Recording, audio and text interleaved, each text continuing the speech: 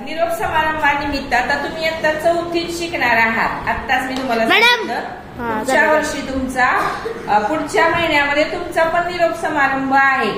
बालवाडी पासून आपण चौथी पर्यंत या शाळेमध्ये शिकत असतो.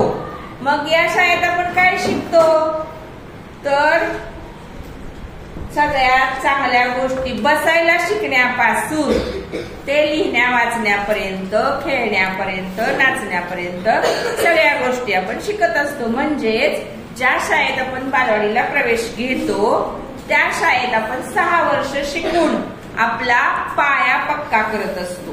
चांगल्या संस्कारांची शिदोरी घेऊन आपण माध्यमिक शाळेमध्ये जात असतो.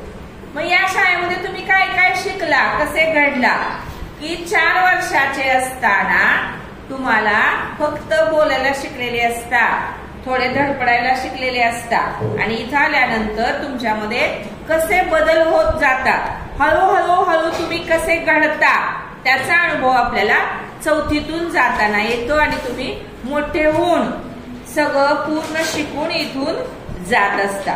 तर त्यावर आधारित तुम्ही कसे घडता त्यावर आधारित एक गीत मी 2009 साली लिहिलेलं आहे. ते मी आता तुम्हाला म्हणून दाखवते. गीत कसं आहे बघा. ज्ञानाची शिदोरी संस्काराचा ठेवा, घेऊन जा रे बालका तू, घेऊन जा रे बालका.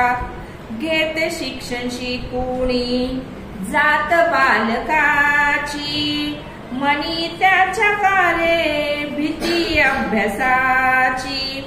शिकलेल्या मनालाही कंप का सुटावा, घेऊन जा रे बालका तू, घेऊन जा रे बालका. शाळेत होतो अभ्यास पण घरी होतो खेळ, शाळेत होतो अभ्यास पण घरी होतो खेळ. ज्याचे त्याचे हाती आहे प्रगतीचे माप, गती मंद मुलांची ही कैसी घडे सेवा.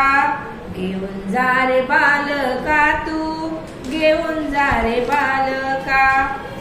प्रगती जणू बालकाचा आरसा बिलोरी, बालकाची अधोगती होते बालकाची वैरी. घडोघडी स्पर्धा युगाचा तोल सावरावा, घेऊन जा रे बालका तू, घेऊन जा रे बालका.